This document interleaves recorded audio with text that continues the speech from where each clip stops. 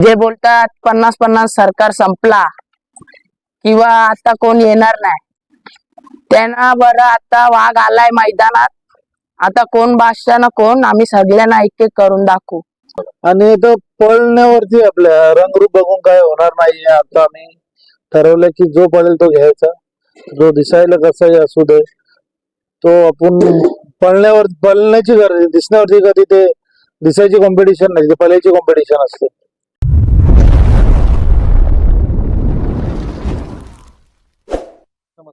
समर्थ शेठ, नमस्कार. नमस्कार. काय सांगणार शेठ, 2 वर्ष झाले सोनारपाड्याचं नाव कुठेतरी लपून होतं, दिसतच नव्हतं की बाबा लपून कुठं होतं, दिसतच नव्हतं की अड्ड्यामध्ये रिया जयेश पाटील आणि साहिल विजय शेठ पाटील हे नाव कुठेतरी माईकवर जेव्हा पुकारलं जायचं, पब्लिकला उत्स्फूर्त असायची की बाबा कोणता तरी सोनारपाड्याचा नंदी पळण्यासाठी आलाय. पण 2 वर्ष झाले ते नाव ऐकायला येत नव्हतं. शंभू दावणीला आलाय, काय सांगणार आता? शंभूचा पल चांगला आहे, आता पुढे जाऊन चांगला पलणार. आपला जे बोलतात 50-50 सरकार संपला किंवा आता कोण येणार नाही, त्यांना बरं आता वाघ आलाय मैदानात, आता कोण बादशाह ना कोण, आम्ही सगळ्यांना एक एक करून दाखवू. रिया जयेश पाटील हे नाव लागत होतं, पण आता सामर्थ्य जयेश पाटील हे नाव लागले व्हायला पुढे. दादा काय सांगणार तुम्ही आता? तर आनंद होतोय की आपलं नाव पण आला. जेव्हा तुमचं नाव लागत नव्हतं तेव्हा तुमच्यामध्ये काय होतं की बाबा आपलं नाव पप्पा लावत नाही, काय सांगणार? पप्पा लावत नाही, आपल्या नावाला लक नव्हता तेव्हा. आता तुमचं नाव लागले, आता किती लाख असणार आहे? आता लक असणार, कारण की मेहनत पण तेवढीच आहे ना, मेहनतचा फल भेटतोच. टॉपला पळतोय, दोन्ही साइड पब्लिकने पळतोय, तुम्ही पब्लिकने पळवून घेतलेला आहे. काय विचार आहे, कधी मैदानात दिसेल पब्लिकला? आता पब्लिकला आता आज काल त्याला फेरे काढले, तर आता या मैदानात त्याला पळून आहे, पण पुढच्या मैदानात नक्कीच तुम्हाला समजेल कधी पळणार आहे बाई. सोनारपाड्याच्या दावणीला प्रत्येक वेळेस खिलार जातीचे बैल असतात, यावेळेस तुम्ही म्हैसूर जातीचा बैल घेतलाय, काय सांगणार? काहीतरी आम्ही चेंजेस केलेत बैलामध्ये. आता म्हैसुरी जातला आम्ही समजून घेऊ कशी आहे, कसा पल आहे, कसं खानपान आहे, आम्हाला पण काय नॉलेज भेटेल. दादा नमस्कार. नमस्कार. 2 वर्ष झाले पब्लिक डिमांड होती, सोनारपाड्याचं नाव कुठेतरी संपत चाललंय, पण ते संपलं नव्हतं.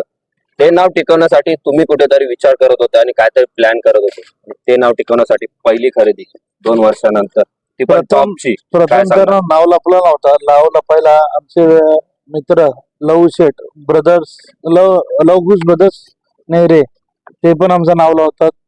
आमचे मित्र सचिन दादा देसले PSI जे वाशिमचे, ते नाव लावत होते. मध्यंतरी आम्ही बैल घेतला सुंदर, त्याच्या पोटात लोखंडी तार निघाली, त्यामुळे आमची बैल, आमचा स्वतःचा बैल दिसत नव्हता, आमचा बैल नव्हता पडत. त्यासाठी आमचे मित्र, आमचे घरचे संबंध, त्यांनी आमचं नाव लावलं. नाव लावल्याच्या नंतर 2-3 अड्डे करून आम्ही घाटावरती बैल बघायला जात होतो सारखे. पण बैलांच्या रकमी काही आवाजच्या सवय सांगत होते, त्यामुळे खरेदी होत नव्हती. तर आता बैल घ्यायचा ठरवलेला होता, तर मी फोन केला योगेश फौजदार आणि बालराम निगोकर खार्डी की येतो वासरू बघा. त्यांच्या फोन त्यांनी केला 40गावला, समाधान म्हणून त्याच्या मालकाचं नाव आहे. आणि ज्या दिवशी त्यांनी फोन केला त्या दिवशी तो फायनलला राहिलेला तिथे. त्याच्यानंतर आम्ही पल बघितल्यानंतर आम्ही ग्रुपला व्हिडिओ शेअर केली, घरात दादाला दाखवली, विजयाला दाखवली. सर्वांना आवडल्याच्या नंतर काल चेतन मडवी, चिकू आणि योगेश भाऊजी गेले काल, आणि काल त्याला फेरे मारून इथे घेऊन आले. कुठेतरी पब्लिक बोलत होती आता सोन्या म्हातारा झालाय, सोन्या आता पळणार नाही. सोन्या थांबला, त्याच्यानंतर सोनारपाड्याचं नाव परत जे टॉपला होतं ते आता लवकर वरती येणार नाही, काय सांगणार त्याबद्दल? सोनारपाड्याचं नाव त्यांनी कमवलेलं, आमच्या गावाचं नाव महाराष्ट्राच्या कानाकोपऱ्यात पोहोचवलंय. बाहेरचे लोकही येतात बघायला, मागे तर पंजाबवरून फॅन आलेले त्याच्या बघायला. त्याच्यासारखा बैल होणे नाही, कधीच होणार नाही. कोणी किती पण सांगू दे, हा सोन्यासारखा दिसतो. सोन्या एकदाच झाला, याच्या पुढे तो होणार नाही. त्याचं नाव आम्ही कुठे कमी होऊन देणार नाही. आम्ही 100% प्रयत्न असू की त्याचं नाव जास्तीत जास्त वरती आणायचं. दादा, कुठेतरी खिलार जातीचे तुमच्या दावणीला बैल असेल, पण आता म्हैसूर जातीचा बैल घेतलाय, त्याचं मागचं कारण काय असेल? आता तुम्हाला सांगतो बघा, खिलार आता आज रात्री बैल उतरेल, खिलार अजूनही घेतलेला आहे, तो रात्री येईलच. म्हैसूर हे आता बघा, आता बकासूर कडे बघून गावठी बैल कोण बोलणार नाही काय करेल, पण त्यांनी महाराष्ट्राच्या इतिहासात त्याचं सुवर्ण अक्षरात नाव करून ठेवलेलं आहे. बरोबर दादा. आणि तो पळण्यावरती आपल्या रंगरूप बघून काय होणार नाहीये. आता आम्ही ठरवलं की जो पळेल तो घ्यायचा, जो दिसायला कसाही असू दे, तो आपण पळण्याची गरज, दिसण्यावरती कधी ते दिसायची कॉम्पिटिशन नाही, ते पळायची कॉम्पिटिशन असते. तर दिसण्यावरून काय फायदा नाहीये.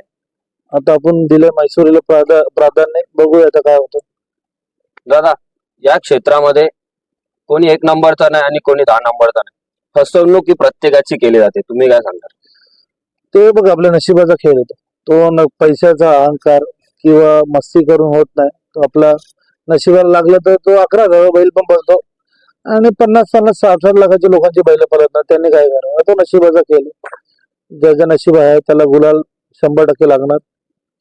आज उज्जैन सोन्याची पहिली आपली पैदास आहे, ती पण सध्या आदात असून अजून त्याला एसन पण नव्हती फोडली. काही दिवसांपूर्वी त्याला एसन फोडली आणि तो सुद्धा दोन्ही खांदे टॉपला पळतोय, ढवळला ठेवलाय. काय सांगणार उज्जैन बद्दल? आणि उज्जैन कधी येणार आणि उज्जैन सोबत आपला शंभू कधी पळताना दिसणार? उज्जैन आता सध्या 1 महिना तर येणार नाही, आज त्याचा वाढदिवस आहे. उज्जैनला अजून 1 महिन्याच्या नंतर आल्यानंतर आमची घरचीच बैल आहेत. लवकरच फेऱ्या पण देऊ आणि तो मैदानात दिसेल. बापाने कसं नाव कमवलं तसं पावला पाऊल ठेवून तो नाव करेल, अपेक्षा आम्हाला त्याची.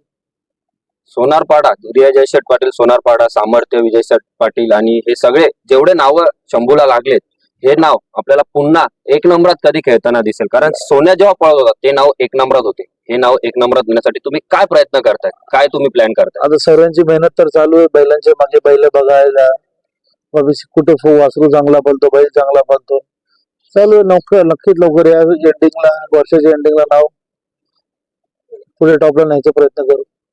जसा उज्जैनला तुम्ही पळवायला शिकवला, गावातल्या एका बैलाबरोबर टाकला, हळूहळू पळवायला शिकवला, झुकणी केली, पण तसा जेव्हा उज्जैन आपल्याकडे येणार, परत सोनारपाड्यात जेव्हा आणणार डबलवर, तेव्हा सोन्या आणि उज्जैन कधी झुकताना दिसणार? कारण पब्लिकची डिमांड आहे, बाप बेटा सोबत कधी असणार? बाप बेटा असेलच लवकरच, कारण का तो वयाने लय लहान आहे. काय झाला, कुठे काय झाला, बैलाला काय फरक पडत नाही. बैल लवकरच त्याला पण आम्ही झुपूया. कारण फेरा दादा, नाही काढणार पण झुपू आम्ही. फेरा काढून तो अजून म्हातारा झालाय, पण त्याच्या अंगात रक्तीच आहे अजून. तो पुन्हा तब्येत बनवत घेतली सोन्याची, काय सांगणार? तब्येत आता रोज व्यायाम चालू आहे त्याची, रोज पोरं मेहनत होती त्याच्यावरती. आता जवळजवळ संध्याकाळी चालायला नाही येत त्याला. जवळजवळ 15 ते 16 वर्ष होत आलं, फक्त पळणं थांबलंय, पण तरी पण अजून रक्त तीच दाखवते. त्याचं मागचं रहस्य काय असेल? फॅन फॉलोइंग तीच आहे, पोरांची मेहनत आहे. कुठून लांबून होते पोरं, वरलीवरून येतात. आठवड्यातून 1 दिवस तर ते लोक येतात बघायला आणि ते लोक मोठे फॅन आहेत बैलाचे. कुठे जाईल तिथे सोन्याचं गाणं लावणार, कुठे फिरायला गेलेले मनालीला, तिथे सोन्याचं गाणं लावून असले ते लोक मोठ्या स्क्रीनवरती. या बैलाने तुम्हाला तुमच्या घराण्याला काय शिकवून दिली सोन्याने? या बैलाने, बैल नाही आमचा देव येतो, त्यांनी आमच्या फॅमिलीला, पूर्ण फॅमिलीला महाराष्ट्रभर ओळख दिली. आम्ही मागे गोव्याला गाडी घेऊन गेलो, गोव्याला गाडीच्या नंबरावरून लोकांनी हा तुम्ही सोन्या बैलाचे मालक, पूर्ण महाराष्ट्रभर ओळख दिली. जिथे जाईल तिथे ओळख आहे बैलामुळे झालेली आहे. अजूनही नजर एकदम तेज दाखवते की बाबा मी आताही पाहू शकतो, पण मला कुठेतरी पाय माझा त्रास देतोय, काय सांगणार? बघा, त्याला त्रास झाला तर ते आम्हाला बघवत नाही, त्यामुळे त्याला आम्हाला त्रास देणं योग्य नाहीये. म्हणून त्याला तर फेरायला पण येत नाही. आणि फेरा काय, आज पण तो कोणाची पण गाडी मारू शकतो, त्याच्यात ती धमक आहे अजून पण. पण आम्हाला वाटत नाही की त्याने जे आमच्यासाठी केलंय त्याचे ऋण आम्ही आयुष्यभर भेटू शकत नाही. ते आम्हाला जेवढं केलं त्याने आमच्यासाठी खूप काही केलेलं आहे. आम्हाला नको आहे त्याच्याकडून कोणती अपेक्षा नाही, फक्त एकच, देवाने त्याच्या पायाला म्हणजे लिगामेंटचा प्रॉब्लेम झालेला त्याला, तो प्रॉब्लेम देवाने, तो बरं होत नाही. किती औषध उपचार केले तरी पण देवाने आशीर्वाद देऊन त्याचा जरा पायाचं दुखणं कमी केलं तर आमच्यासाठी आणि सोन्या फॅनसाठी बरं होईल. दादा शेवटचा प्रश्न विचारतो. खूप जण बैल विकत घेतात, काही जण रक्कम टाकतात, 50 लाख 60 लाख काय लाख. तुम्ही काल उतरवला रात्री 11-12च्या दरम्यान, पण बॅनरवर एकही रुपया टाकला नाही. काय सांगणार, नक्की खरेदी कितीची असणार किंवा सांगू शकता का तुम्ही? बघा, बैलांची किंमत जी आपण देतो, जो घेणारा माणूस असतो त्याला माहिती असतो, देणारा असतो त्याला माहिती असतो. पण आपण 1 लाखाचं घेतलं 4 लाख टाकायचे, नंतर त्याचीच गाडी मारल्यानंतर शेट आम्ही त्याची गाडी मारली तर 4 लाखाला गेले, मग आमचा 8 लाखाला तरी गेला पाहिजे, अशी कॉम्पिटिशन चालते. त्यामुळे आम्ही कधीच बैलांवरती किंमत टाकत नाही आणि किंमत करायची आपली कॅपॅसिटी नाही. कारण दादा दुसऱ्या वयात दोन्ही गांधी टॉपला आहे. 100% 50-50 धावणीचं नाव एक नंबरात लवकरच नेणार. 100 किती भरोसा ठेवलाय? 100 भरोसा ठेवला म्हणून एवढ्या लांब. काल सकाळी ते 5 वाजता गेलेले होते, आता 11:30-12 वाजता ते लोक आले. त्यांचे मी मनापासून आभार व्यक्त करतो. माझ्यासाठी सोन्या फॅनसाठी त्यांना पण खूप प्रयत्न आहेत. ते पण स्वतःच्या खर्चाने इथे तिथे शर्यती बघायला जातात. ह्याला फोन कर त्याला फोन कर, कारण का आपल्याला आपलं नाव करायचं पुन्हा एकदा. दादा शेवटचा प्रश्न विचारतो. आता काही दिवसात जी 2 वर्ष आधी सोनारपाडची दावण भरलेली होती ती पुन्हा आपल्याला भरलेली दिसणार ऑफिस का? दिसणार. सर्व पोरं आमची येतात आता रोज, काय कामधंदा करतात, काय त्यांना टाइम असायचा ते आता टाइम काढून येतात. तर आता आमचं सामर्थ्य रोज बैलाला घेऊन जातो. सुमित असेल, चेतन असेल, पंकज रोज म्हणजे बैलांकडे असतात. म्हणजे 100% काही दिवसात पुन्हा 50-50 धावण भरलेली आपल्याला दिसणार. दिसणारच 100%. चालेल दादा, इथेच थांबतो आणि माझ्यासाठी वेळ दिल्याबद्दल धन्यवाद. तुमचे आभारी आहेत परेश शेठ करे.